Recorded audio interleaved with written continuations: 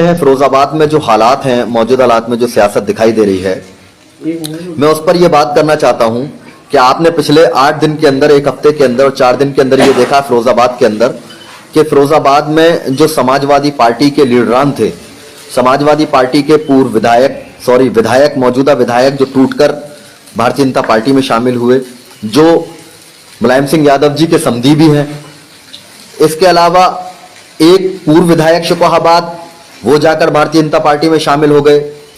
शुकोहाबाद के अलावा जसराना विधानसभा पर देखा यह गया कि जो शख्स पूर्व प्रत्याशी रहा जसराना विधानसभा से समाजवादी पार्टी का सन 2017 में, उस शख्स की टिकट कटने के बाद वो शख्स निर्दलीय चुनाव लड़ने के लिए मैदान में खड़ा है। तो सवाल ये पैदा होता है कि जो लोग मजलिस इत्तेहादुल मुस्लिमीन पर तनकीद करते हैं, जो लोग मजलिस इत्तेहादुल मुस्लिमीन पर सवाल उठाते हैं और ये कहते हैं कि मुसलमानों की पार्टी है और मुसलमानों की बात करती है, मेरा सवाल है अखिलेश यादव जी से, मेरा सवाल है प्रोफेसर राम गोपाल यादव जी से, मेरा सवाल है फिरोजाबाद के पूर्व सांसद अक्षय यादव जी से और इनके तमाम गुलामीन से, जड़ खरीद गुलामों से, इनके चेलों से, इनके चपरासियों से। मेरा सवाल यह है कि क्या आप पूर्व उसे सिरसागंज के विधायक हरिओम यादव जी को रोकने की ताकत थी तुम्हारे अंदर? थी तुम्हारे अंदर ताकत? क्या अब वो वोट काटेंगे तो कौन बीजेपी का एजेंट है? तुम्हारा पूर्व विधायक शुकोहाबाद का छोड़कर तुम्हें चला गया, भारतीय जनता पार्टी में शामिल हो गया। अब अगर वो वोट काटेगा तो कौन बीजेपी का एजेंट है? जसराना विधानसभा पर तुम जिसे प्रत्याशी बनाते हो, 5000 वोटों से सन 2017 में जो शख्स हारता है, वो अब निर्दलीय चुनाव लड़ रहा है। तो बताओ, अगर वो निर्दलीय चुनाव लड़ रहा है तो कौन बीजेपी का एजेंट है? मतलब अगर तुम्हारे बीच में रहने वाला तुम्हारे साथ रहेगा तो वो दूध का धुला हुआ है, गोमूत्र से पुजा हुआ है, गोमूत्र छिड़क कर उसे पूरी तरह पवित्र कर दिया जाता है। और अब अगर तुम्हारे बीच में से जा रहा है तो क्या उसे बीजेपी का एजेंट कहोगे तुम? क्या वो अब चुनाव नहीं हराएगा? क्या उससे नुकसान नहीं होगा? और उसके बावजूद फिरोजाबाद विधानसभा पर आप ये कह रहे हैं कि मजलिस सबसे बड़ा नुकसान करने जा रही है। मजलिस तुम्हारा नुकसान नहीं करने जा रही है, मजलिस फिरोजाबाद की अवाम का फायदा करने जा रही है। तुम्हें नेस्तनाबूद करके, सियासी तौर पर तुम्हें दफन करके मजलिस इत्तेहादुल मुस्लिमीन फिरोजाबाद की अवाम को फायदा पहुंचाना चाहती है। वो इसलिए फायदा पहुंचाना चाहती है कि तुम्हारे जेर इख्तिदार में फिरोजाबाद में सिर्फ और सिर्फ गुंडागर्दी हुई है, तुम्हारे जेर इख्तिदार में फिरोजाबाद में नाइंसाफी हुई है, तुम्हारे जेर इख्तिदार में फिरोजाबाद की अवाम को जेलों में भेजा गया है, तुम्हारे जेर इख्तिदार में फिरोजाबाद की अवाम का इस्तेसाल किया गया है।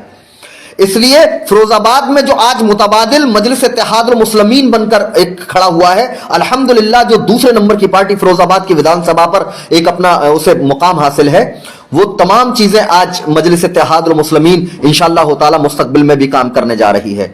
रही बात टिकट की, आप जानते हैं 4 विधानसभाओं पर टिकट फाइनल कर चुके हैं।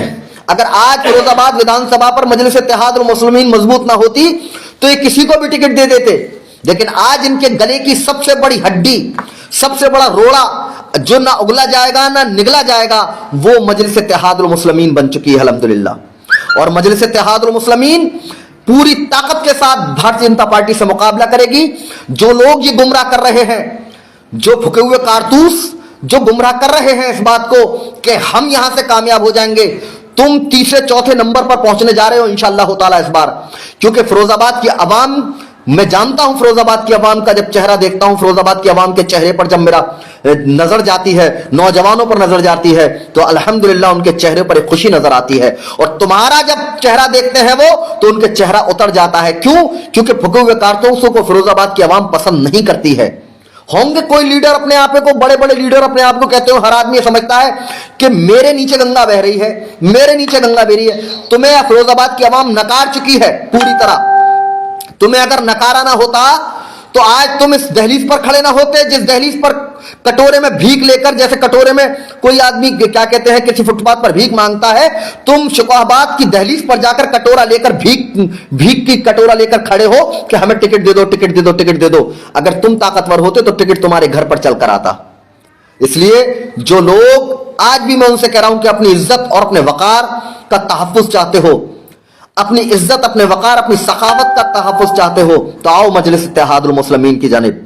मजलिस इत्तेहादुल मुस्लिमीन तुम्हें ओहदा भी देगी, मजलिस इत्तेहादुल मुस्लिमीन तुम्हें कुर्सी भी देगी, मजलिस इत्तेहादुल मुस्लिमीन तुम्हें एमएलए की टिकट भी देगी, मजलिस इत्तेहादुल मुस्लिमीन तुम्हें एमपी का टिकट भी देगी, मजलिस इत्तेहादुल मुस्लिमीन आपको मेयर का टिकट भी देगी। क्यों जाते हो? क्यों जाते हो? देखो, जिनके सामने तुम टिकट की भीख मांग रहे हो, आज मजलिस इत्तेहादुल मुस्लिमीन टिकट बांट रही है अल्हम्दुलिल्लाह। मेरे कायद बैरिस्टर असदुद्दीन ओवैसी साहब ने लोगों को इस काबिल किया, हमें इस काबिल किया कि आज हम टिकट बांटते हैं। आज हम टिकट बांटते हैं, लोग हमसे टिकट लेने आते हैं और तुम वहां पर खड़े हो जहां पर जिनकी कोई हैसियत नहीं है, जिन्हें सियासी शऊर नहीं है। अरे तुम्हारी वजह से वो सियासतदान है, अगर तुम ना पहुंचो वहां पर तो उनकी क्या क्या वैल्यू बचती है? क्या है उनके पास? कुछ भी नहीं। अगर उनके पास फॉर्च्यूनर है तो वो तुम्हारे जेब को काट कर फॉर्च्यूनर खरीदी है। अगर आज कोई नेता वहां पर पराडो में चलता है तो मुसलमानों की खैरात की बदौलत पर चलता है, मुसलमानों की वोट की खैरात है जो वहां पर चल रहा है। इसलिए अभी भी वक्त है अपनी इज्जत और वकार के तहफ़्फ़ुज़ के लिए।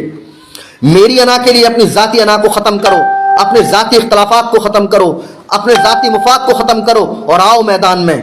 मैदान में आओ और मैदान में आकर मजलिस इत्तेहादुल मुस्लिमीन को मजबूत करके जालिमीन से मुकाबला करो, क्योंकि आका की सुन्नत है जालिम से मुकाबला करना। जिसने मुजफ्फरनगर को बर्बाद कराया वो जालिम है, जिसने मुजफ्फरनगर में मेरी मां बहनों की इज्जत उठवाई वो जालिम है, जिसने मेरे बच्चों को ठंड में मरवाया और तवाइफों का डांस देखा वो जालिम है, जो सुनील सिंह को लेकर आया वो जालिम है, जो स्वामी प्रसाद मौर्य को लेकर आया वो जालिम है। वो तमाम के तमाम जालिम हैं। जो हमारी बहन बेटियों की बेइज्जत करेगा उसे तुम लेकर आओगे, वो जालिम है, वो जालिम है। वो स्वामी प्रसाद मौर्य जो तलाक जैसे मुकद्दस लफ्ज को किससे जोड़ता है? हवस से जोड़ता है। हवस से जोड़ा, यानी जिसे हवस होगी, जिसे बीवियां बदलने का शौक होगा वो तलाक देगा। आज वो दूध का धुला हुआ है और तमाम के तमाम अब्दुल्ला खामोश बैठे हैं। अब्दुल्लाओं की क्योंकि टिकट का लालच है। तुम्हें कौम से मोहब्बत नहीं है, तुम्हें टिकट का लालच है, तुम्हें टिकट का लालच है। तुम्हें लगता है कि बस टिकट मिलना चाहिए, कुछ भी हो जाए, कौम बर्बाद हो जाए, तू पूरी तबाह और बर्बाद हो जाए, लेकिन टिकट मिलना चाहिए, सिर्फ टिकट मिलना चाहिए। तुम्हें शर्म आनी चाहिए। वहां धक्के खाते हो, जूते खाते हो, तुम्हें उसके बाद भी शर्म नहीं आती।